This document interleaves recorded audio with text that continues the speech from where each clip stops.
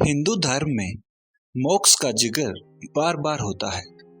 आखिर ये मोक्ष होता क्या है? कहा जाता है कि जब आत्मा जीवन और मरण के चक्कर से मुक्त हो जाती है और भगवान में विलीन हो जाती है, उसे मोक्ष कहा जाता है। अब सवाल यह उठता है कि आखिर मोक्ष किसे मिलता है? क्या किसी ऐसे इंसान को मोक्ष मिलता है जो बहुत ही विद्वान हो, या किसी ऐसे इंसान को भी मोक्ष मिल जाता है जो बहुत ही नीच कार्य करता हो? आज इस वीडियो में हम यही समझने की कोशिश करेंगे कि मोक्ष किसे और कब मिलता है। तो आइए शुरू करते हैं इस वीडियो को। वीडियो में आगे जाने से पहले कृपया करके हमारे इस चैनल को सब्सक्राइब और इस वीडियो को लाइक करना ना भूलें। ब्रह्मा जी के कुल में एक बड़े ही धर्मात्मा और दानी राजा का जन्म हुआ, जिनका नाम था वसु। वसु जहाँ से भी संभव हो ज्ञान इकट्ठा करते रहते थे, इसलिए अपने ज्ञान और जानकारी के लिए भी वह बहुत ही प्रसिद्ध थे। एक दिन वसु ब्रह्मा जी से मिलने के लिए पहुंचे। ब्रह्मा जी के भवन में उस समय देवों की सभा चल रही थी। उसी समय उस सभा में ऋभय ऋषि भी आ पहुंचे। ऋभय ऋषि देवगुरु बृहस्पति से मिलने आए थे। वसु भी उनके साथ देवगुरु बृहस्पति के घर चले गए। देवगुरु बृहस्पति के घर पहुंचने पर ऋभय ऋषि ने देवगुरु बृहस्पति से एक सवाल पूछा कि हे गुरुदेव, मेरी एक शंका है, मैं आपसे उसका समाधान चाहता हूँ। ऐसा सुनकर देवगुरु बृहस्पति ने ऋभय ऋषि से कहा कि पूछो, तुम क्या पूछना चाहते हो? तब ऋभय ऋषि ने देवगुरु बृहस्पति जी से कहा कि मेरे मन में एक शंका है कि मोक्ष किसे मिलता है। क्या अज्ञानी को भी मोक्ष प्राप्त हो सकता है, या बिना ज्ञान प्राप्त किए मोक्ष हो ही नहीं सकता? ऋभय ऋषि का ऐसा प्रश्न सुनकर देवगुरु बृहस्पति हंसने लगे और फिर बोले, इस संदर्भ में मैं तुम्हें एक कथा सुनाता हूँ जो एक ब्राह्मण और एक शिकारी की है। अत्रि कुल में जन्मे ब्राह्मण संयमन तथा नीच कर्म करने वाले बहेलिये निष्ठुर की कथा आपका संदेह दूर करने में सहायता करेगी। तीनों पहर पूजा पाठ करने वाले संयमन गंगा नहाने गए। वहां पर उन्होंने एक शिकारी को देखा। शिकारी को देखकर संयमन बोले, हे शिकारी, यह जीव हत्या का काम ठीक नहीं है, तुम इसे छोड़ दो। यह सुनकर शिकारी मुस्कुराने लगा।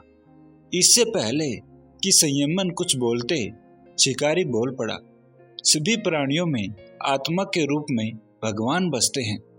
सच्चे पुरुष को चाहिए कि वह इस अहंकार को त्याग दे कि मैं करता हूँ। कोई कुछ नहीं करता, जो करता है सब ईश्वर करता है, सब प्रभु की लीला है। तो ऐसे में क्या शिकार और क्या शिकारी, मारने वाला भी वही और मरने वाला भी वही। आप किसी को हीन नहीं समझ सकते। एक शिकारी होकर ऐसी ज्ञान की बातें कर रहा है।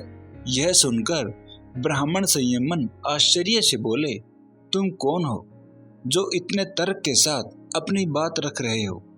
शिकारी ने कोई जवाब नहीं दिया। वह लोहे का एक जाल लेकर आया, जाल को सूखी लकड़ियों के ऊपर डाल दिया। फिर संयमन के हाथों में एक जलती हुई लकड़ी देकर कहा, हे ऋषिवर, इन लकड़ियों में आग लगा दे। संयमन के आग लगाने की देर थी। देखते ही देखते सूखी लकड़ियां धधककर जलने लगी। जाल के विभिन्न छेदों से अग्नि की ज्वाला लहराने लगी। शिकारी ने आग की ओर इशारा करते हुए कहा, हे ऋषिवर, आप इन छेदों में से निकलती आग की कोई एक ज्वाला या अग्निपुंज उठा ले, क्योंकि अब मैं आग बुझाने जा रहा हूँ। तब शिकारी ने आग पर जल फेंक दिया और पल भर में ही धधकती हुई अग्नि शांत हो गई। शिकारी बोला, ऋषिवर, जो आग आपने चुनी थी वह मुझे दे, उसी के सहारे मैं अपना जीवन व्यापन करूंगा। संयमन ने आग पर निगाह डाली पर वहां अब आग नहीं थी। आग की सभी ज्वालाएं कब की शांत हो चुकी थी। संयमन आंख मूंद कर शांत बैठ गई। शिकारी ने कहा, यही हाल संसार का है। सबके मूल में भगवान की ही ज्योत जल रही है। यदि व्यक्ति अपने स्वाभाविक धर्म का अनुसरण करते हुए हृदय को परमात्मा से जोड़कर कोई भी शुभ अशुभ कार्य करता है, फिर उस कार्य को प्रभु को समर्पित कर देता है, तो उसे न तो कोई दुख होता है और न ही वह कर्म संबंधी पाप पुण्य के चक्कर में पड़ता है। इतना कहना भर था कि आकाश से फूलों की वर्षा होने लगी। रत्नों से सजे कई विमान आसपास उतर आए।